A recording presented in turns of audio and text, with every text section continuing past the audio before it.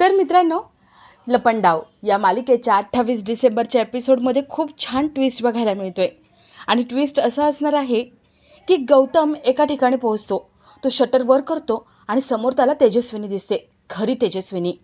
तिचा तो अवतार, तिचं ते बसणं, तिचं ते रूप तो बघतो आणि तो विचारतो, वहिनी, तेजस्विनी वहिनी, तू इथे? तेजस्विनी म्हणते, गौतम भाऊजी, तुम्ही इथे आलात, बरं झालं. मला सोडवून घेऊन जा. माझी सखी कशी आहे? गौतम विचारतो, पण वहिनी, अगं तू इथे कशी काय? तू तर घरी. मग घरी कोण आहे ती? तेजस्विनी सगळं सांगते. ती मनस्विनी आहे, माझी बहीण आहे आणि तिने सत्ता मिळवण्यासाठी, प्रॉपर्टीसाठी हे सगळं केलं, सगळं सांगते. गौतमला वाटतं की आपण सखीला पटकन सांगावं आणि मनस्विनीचं भांडं फोडून तिला घरातून हाकलून लावावं. गौतम सखीला फोन लावतो. तो सखीला म्हणतो, बबडू, अगं जी बाई घरामध्ये सरकार म्हणून वावरते ना, ती तुझी खरी आई नाही आहे. ती आहे. तेवढ्यात तिथे मनस्विनी येते. मनस्विनी गौतमच्या डोक्यावर बंदूक ठेवते आणि ती गौतमला म्हणते, मी आहे मनस्विनी. गौतमच्या हातातला मोबाईल खाली पडतो. मनस्विनी गौतमच्या डोक्यात गोळी घालते आणि त्याला मारून टाकते. तो गोळीचा आवाज सखीच्या कानापर्यंत जातो. सखी फोनवरती तो सगळं ऐकते आणि ती मोठ्याने किंचाळते. सखी पाणी भरत असते आणि तिच्या हातातला हंडा खाली पडतो.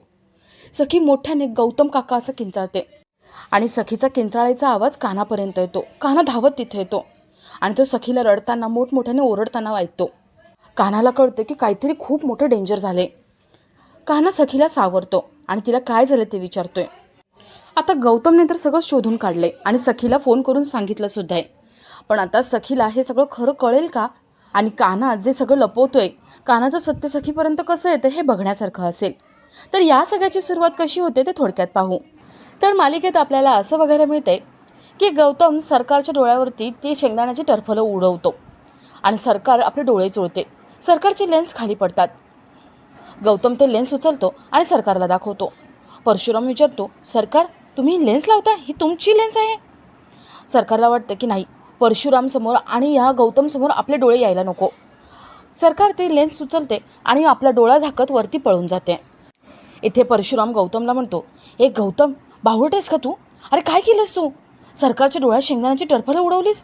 आता या टरफलांसारखं तुला सोडलं असतं सरकारांनी. गौतम म्हणतो, ती काहीही करू शकणार नाही. परशु, आज मला तुझ्याशी काहीतरी बोलायचे, रात्री वेळ ठेव. गौतमला जे काही कळलंय ते तो परशुरामला सांगणार असतो. तर इथे सरकार आपल्या रूममध्ये येते. सरकार डोळे चोळते आणि मनात म्हणते, गौतमने हे मुद्दाम केलंय का जाणून बुजून केले? नाही, त्याला माझं सिक्रेट माहितीच नाही ना, त्याला कसं काय माहिती असेल? पण जाऊ दे, आज जे झाले ते पुन्हा व्हायला नको. मी कोण आहे हे सगळ्यांसमोर यायला नको. जोपर्यंत सगळी सत्ता माझ्या हातामध्ये येत नाही तोपर्यंत माझं सिक्रेट हे सिक्रेटच राहिला पाहिजे. पण त्याआधी मला सखीच्या सह्या मिळवायच्या आहेत. एकदा का सखीच्या सह्या मिळाल्या की सगळी सत्ता माझी होईल. आता त्या सखी आणि कान्हाला दाखवतेच ही सरकार काय चीज आहे. सरकारने सखी कान्हाच्या मागावरती एक माणूस ठेवलेला असतो. तो माणूस सखी कान्हा काय करतात, कुठे जातात, काय बोलतात, काय खातात पितात हे सगळं सरकारला सांगत असतो. तर रात्री गौतम, परशुराम दारू पीत बसलेले असतात. त्यांना त्यांच्या मोठ्या भावाची म्हणजेच राघवची आठवण येते. परशुराम म्हणतो, किती चांगले दिवस होते ना ते, किती सगळं छान होतं. आपला राघव दादा होता, आपली वहिनी होती, सगळं छान चालू होतं. आणि ती वहिनी नव्हती तर आपली आई वाटायची. पण दादा गेला आणि त्यानंतर ही वहिनी पूर्ण म्हणजे पूर्णच बदलून गेली. तिच्याकडे बघितलं जरी ना तरी डोक्यात तिडीक जाते. दादा होता तेव्हा वहिनी वेगळंच वागायची आणि आता वेगळंच वागतीये. असं का करते काही कळत नाही आहे. गौतम म्हणतो, अरे मग तिच्या विरोधात जायचं, तिचं काही ऐकायचं नाही. परशुराम म्हणतो, नाही रे, मी नाही करू शकत हे सगळं. क्रांती नाही घडवू शकत मी. सकाळी पण बघितलं ना, मीनाक्षीला मूलबाळ नाही आहे, त्याच्यावरती सारखं मीठ चोळत असते ती सरकार. अरे काय करायचं या सरकारचं, मला काही कळतच नाही. दादा गेला आणि मी लटकलो. मला त्या सरकारच्या मागे पुढे जावं लागतं आणि मला ते नाही करायचं आहे. गौतम म्हणतो, नाही करायचं तर सगळं सोडून द्यायचं आणि सरकारला ठामपणे सांगायचं, मी हे करणार नाही. परशुराम म्हणतो, तुझ्यामध्ये हिंमत आहे रे, पण माझ्यात ही हिंमत नाही आहे. दोघं दारू पीत आपल्या राघवदादाची आठवण काढत असतात. तर इथे चाळीत कान्हा मुलांना गोष्ट सांगत असतो आणि सखी कान्हाच्या बाजूला येऊन उभी राहते. सखीला आपल्या बाबांची आठवण येते. बाबा होते त्यावेळेस ते आपल्याला अशीच गोष्ट सांगायचे, मांडीवरती बसवायचे हे सखीला आठवतं. सखी प्रेमाने कान्हाकडे बघत असताना सरकारचा माणूस येथे येतो. तो कान्हा सखीचे फोटो काढतो, व्हिडिओ काढतो आणि सरकारला पाठवून देतो. तर इथे गौतम आणि परशुराम दारू पित असतात आणि गप्पा मारत असतात. गौतम म्हणतो, हे बघ, मला तुला काहीतरी महत्त्वाचं सांगायचं आहे. परशुराम, आपली वहिनी वेगळी आणि ही सरकार वेगळी, या दोन्ही वेगवेगळ्या आहेत. तुझी साथ हवी आहे. मला हिला एक्सपोज करायचं आहे. आपण दोघं भाऊ मिळून आहे ना, ही वहिनी नेमकी कोण आहे ते शोधून काढू. आपली खरी वहिनी कुठे गेली हे शोधून काढू. कारण माझ्याकडे काही पुरावे मिळालेत. ते पुरावे बघितले ना तर तुला पण कळेल ही आपली वहिनी नाही आहे. गौतम परशुरामशी बोलत असतो आणि परशुराम झोपून जातो. गौतम म्हणतो, याला कशी काही झोप लागली आहे. माझी तर इथे झोपच उडाली आहे. असं वाटतंय ना की काहीतरी लपतंय, माझ्या डोळ्याआड होतंय, पण काय ते कळत नाही आहे. ही सरकार कोण आहे, ही का अशी इथे वागतीये, का करते हे सगळं, हे काही कळत नाही आहे. राघवदादा गेला आणि त्यानंतर माझी वहिनीसुद्धा गेली आणि ही सरकार आली आहे. पण ही सरकार कोण आहे ना हे शोधून काढलं पाहिजे. असं वाटते की उत्तर माझ्या समोर आहे, पण मला ते दिसत नाही आहे. गौतम खूप विचार करतो आणि शेंगदाण्याची टरफलं ती कचऱ्यामध्ये टाकतो. त्याला तिथे फोटो दिसतात, पण तो फोटोकडे बघत नाही. तो पुन्हा पुन्हा त्याच गोष्टीचा विचार करत दारू पीत बाहेर येतो. तर इथे मीनाक्षी आपल्या रूममध्ये बसलेली असते. आज चाळीमध्ये जे काही घडलं, त्या बायकांनी शिवाशाप दिला ते तिला आठवत असतात. मीनाक्षी रडत असते. तिला आपलं मूल हवं असतं, पण सरकारने मूल मारून टाकले हे तिला आठवतं. मीनाक्षी सरकारला तळतळाट देते, तिला शिवाशाप देते. तर इथे कान्हा मुलांना गोष्ट सांगतो आणि मुलांना झोप येत असते. सगळी मुलं आपापल्या घरी निघून जातात. सखी कान्हाशी बोलायला पुढे येते. कान्हा म्हणतो, सखी, अगं ही नाही का आता ही मुलगी माझ्या मांडीवर झोपली. ती झोपली ना तेव्हा मला असं वाटलं की माझी आईच माझ्या मांडीवर झोपली आहे. माझी आई पण माझ्या मांडीवरती अशीच पडायची. असं वाटतं ना काल परवाचीच गोष्ट आहे. ती माझ्या मांडीवरती झोपायची आणि मी तिला थोपटायचो. खूप आठवण येते गं मला माझ्या आईची.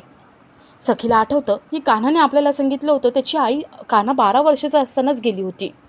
सखी म्हणते, कान्हा, हे कसं काय शक्य आहे. तू तर म्हणाला होता एका ॲक्सिडेंटमध्ये तुझे आई वडील दोघेही गेले आणि आता तू म्हणतोय काल परवाची गोष्ट आहे. हे कसं होऊ शकतं. कान्हा जरा गडबडून जातो. तर इथे गौतम बाहेर येतो. तो सरकारचा फोटो बघतो. त्याला सरकारचा खूप राग आलेला असतो. गौतम त्या सरकारच्या फोटोवर ग्लास फेकून मारतो. तो फोटो खाली पडतो आणि फुटतो. त्या आवाजाने सरकार तिथे येते. गौतमने फोटो फोडलाय म्हणून ती गौतमला कानाखाली मारते आणि परशुराम तिथे येतो. परशुरामने दारू पिलेली असते.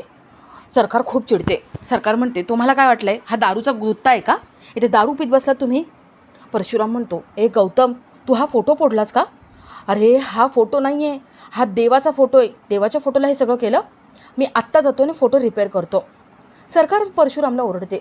सरकार म्हणते, एक गोष्ट लक्षात ठेव, हा फोटो घराबाहेर जाता कामा नये. हा फोटो घरातच राहिला पाहिजे. त्या माणसाला घरात बोलव आणि घरात रिपेअर करून घे. सरकार वरती निघून जाते आणि तो फोटो स्टडी रूममध्ये ठेवायला लावते. इथे गौतम मनात म्हणतो, ही अशी का वागली. म्हणजे हिने फोटो घराबाहेर न्यायचा नाही म्हणून सांगितलंय. असं का बोलली असेल. म्हणजे या फोटोमध्येच काहीतरी आहे. गौतम त्या फोटोमध्ये सगळं काय आहे ते शोधण्याचा प्रयत्न करणार असतो. तर इथे कान्हाला सखी विचारते, कान्हा, तू तर त्या दिवशी म्हणाला होतास तू 12 वर्षाचा असताना तुझे आईवडील गेले. मग तू आत्ता हे कसं काय बोलतोयस की काल परवाची गोष्ट आहे. कान्हा म्हणतो, मला माझ्या आईवडिलांची आठवण येते. मी जेव्हा लहान होतो ना तेव्हा माझी आई माझ्या मांडीवरती डोकं ठेवायची आणि मी थोपटायचो. आणि ही अशी पद्धत आहे अशी बोलायची की काल परवाची गोष्ट आहे. काल परवा म्हणजे काय खरोखर काल परवाची गोष्ट नाही आहे. सखी म्हणते, सॉरी कान्हा, मला नव्हतं माहिती हे सगळं. कान्हा मनात म्हणतो, बरं झालं, मी किरणच्या आई व बाबांची गोष्ट माझी म्हणून सांगितली होती. मी विसरूनच गेलो होतो. देवा आज वाचवलेस, परत अशी चूक नाही होणार. कान्हा विचार करत असतो आणि आपला आजचा हा भाग इथेच संपतो.